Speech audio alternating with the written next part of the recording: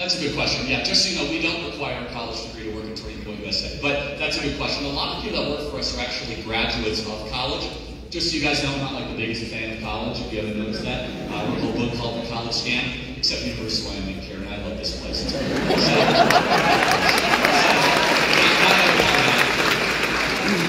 My main contention is this. Know why you are here. Don't go to college to discover yourself. Don't go to college to find yourself. Bad idea. Definitely don't borrow a bunch of money to go study things that don't matter, to go find jobs that don't exist. And so, equally, and I think the Wyoming hard work culture will appreciate this, we need actually more people that are entrepreneurs, more people that work with their hands, we need more electricians, we need more plumbers, we need more electricians. We need, as a culture, to stop looking down on people that don't have a 4-year degree. We need to say, just because you don't have a piece of paper doesn't mean you're not allowed in the Cool Kids Club. In fact, one thing that I am pushing President Trump on, and I think he signed an executive order on this, it's that it shouldn't be a requirement to go to college if you work in the federal government. And let me be also clear, it's not that all colleges are bad, it's just that oftentimes many colleges are a waste of your time and a waste of your treasure. Those are 4 of your most valuable years of life, and if you're spending them, you're getting a lot out of it, great. But I go to college campuses, so you guys don't have to, okay? I go to the most liberal places on the planet, and so many kids leave with regret, less energy, more debt, more confusion about the world. And I look at these amazing 18-year-olds, I say, boy, I wish that they would be given an environment where they're supercharged for 4 years, not weighed down and demoralized after 4 years. God bless you, man. I hope you'll work for Turning Point USA.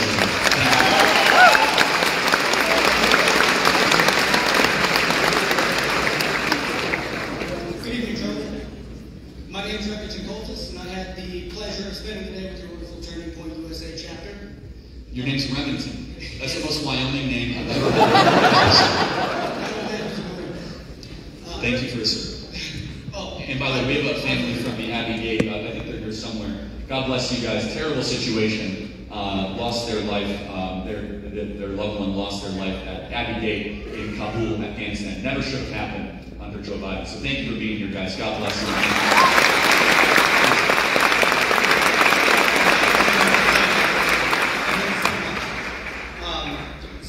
The reason I came here today is because I wrote a book for my very young infant son that I intend to give to him when he is a teenager. I was raised without a father, and many of us were. And in this book, I detail a lot of the things that a child should learn from his father. And I've left a copy of that with your wonderful Turning Point USA chapter. I was hoping you would do me the honor of reading it before I finalize it. Thank you. I will. Thank you. Thank you, sir. And I'll just say one thing. The fact you were raised without a father, you now have a unique opportunity to give the blessing that you never had, which I think will heal a lot of maybe of the regret or sorrow or frustration that you might have been raised with. And that's my advice to young men all the time that were raised without fathers, that don't walk around being bitter. Look and aim yourself to be the father that you wish you would have had. And that is the most beautiful way to kind of complete the circle and make the world a profoundly better place. So, God bless you, man.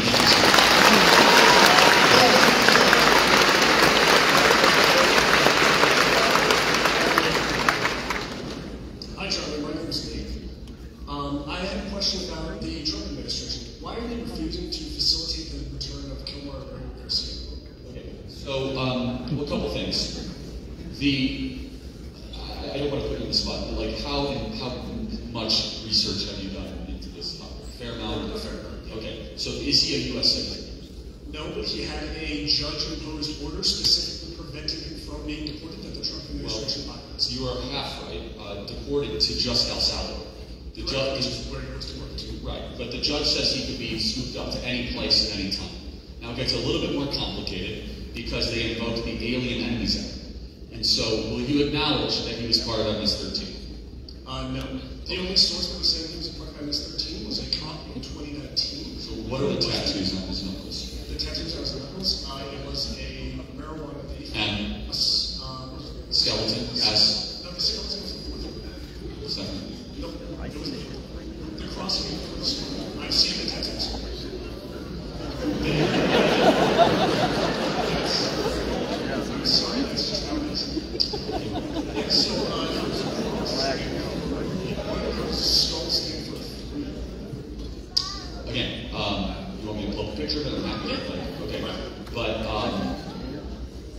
It literally was like people that are in that world that know gang iconography, said that was MS-13 tattoos. Also, is it? Because he had that, why should he be denied due process? Okay, right, but he had due process for about 5 years, right? So the judge says you can be scooped up at any time, any place. Alien Enemies Act actually says you do not get due process when you're an invader on an enemy land. MS-13 was called an invading force. Also, isn't he from El Salvador? Yes. So he's back in his home country. Which is where he was specifically legally protected from being deported to. What was the excuse he gave not to go back to El Salvador?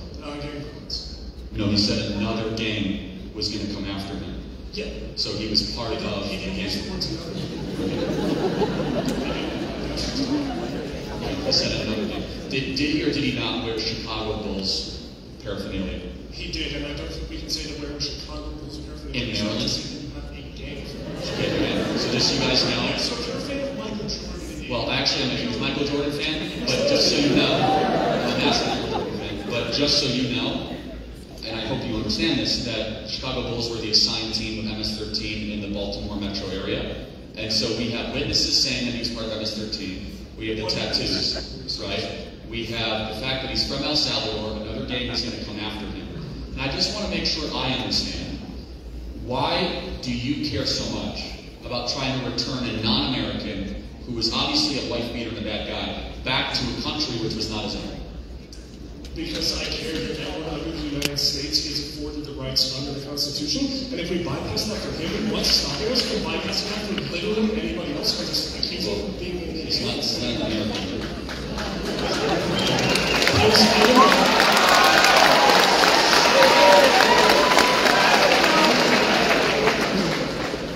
Okay, so you're wrong here. Let me put this up. Marijuana, smiley, wine. Skull was the second. Right. Okay, so skull is last. It represents 3. But smile means S, right? So that's MS-13. You see how that works? How is a skull representing 3? That's good. Okay, again, that's... You never explained how skull represents 3. Again, I'm not over-expert on MS-13, but let me ask you this. Now that we're going deep into it, if it wasn't a gang tattoo, why did his girlfriend edit it out of all the photos that she was posting on social media? If there was nothing to hide, why did his girlfriend not want the world to see it? By practice, it's a Well, answer my question. It's a gang tattoo. Oh, it's actually incredible. We shouldn't be deporting people just randomly without providing them a trial or any kind of process. If it wasn't He had a trial, that's the thing. if it wasn't for them to have Michael the Supreme Court 9-0 coming onto our facilities, so and make sure that no one is debating the fact that he should not have been sent back to that specific country. But once he's in El Salvador, that's out of our hands. But what we are debating is whether or not this guy had a right to stay in America. He's an illegal alien, and every illegal alien here in America should be returned back to their country of origin. Period.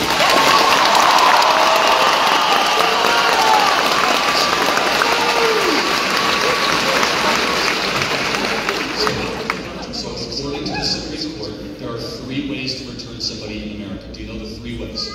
Okay. So their Alien Enemies Act, which requires no due process. That's what they use.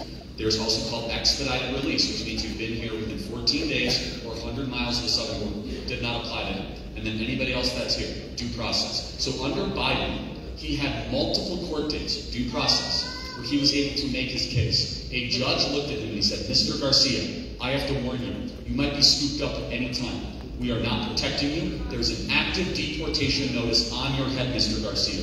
Do you understand? And he said, I understand, I'm going to stay.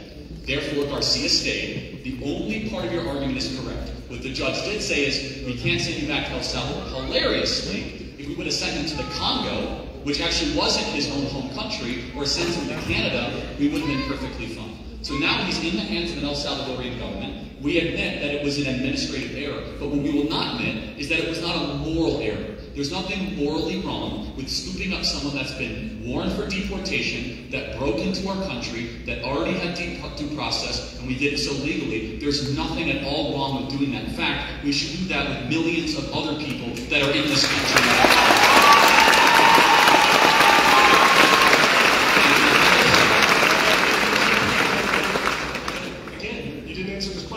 Why did the Supreme Court rule 9-0 to facilitate his return. Again, so they can't facilitate it because he's in a foreign country. He wants to invade El Salvador. And then secondly, next question. They ruled that he shouldn't have been sent to that specific country, of which I have granted that to you. Final point. If somebody is here, not from America, send them back to their home country. Period. End of story. Thank you.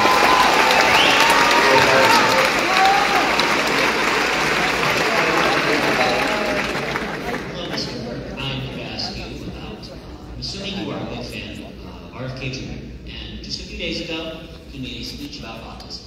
And in that, he made some very specific things, claiming that autism has increased, which is true. Rates of diagnosis have increased. But he has also stated that autistic people are unable to pay taxes, unable to take care of themselves, and are a net drain to society. He said some autistic people, which of course is true. He emphasized most of them. Okay. Yes, he did. No, that's not even close to Yes, that's not true. I saw the video, so he did too, so that's what he's saying. It's called the spectrum for a reason, right? There's people. I'm on the spectrum. Okay, so congratulations. I He gives information because I should know more about this than the average person. That's my credentials compared to you. So I should know more about this than you. Okay, but again, Bobby Kennedy spent his entire life trying to get to the root cause of autism. I think you should agree we should try to find that out, right? We already know it's a genetic issue. It just so happens to show up in people. So if that's the case, why is it that autism was 1 in 30,000 in the 1970s and now it's 1 in 27? That's simple. We had COVID, the lockdown, which let me speak. During COVID, people isolated, they didn't socialize, and they developed similar traits such as being unable to maintain eye contact, fidgeting, which are generally associated with autism. Now, that is part of the reason why we have higher rates of high function autism and rates of low function autism as they get into the status. Respectfully, why did the rate go up so much from 1990 to 2020? No COVID. Because people were being diagnosed. We had more exposure. The test is exactly the same. The test does not We're change. testing more people.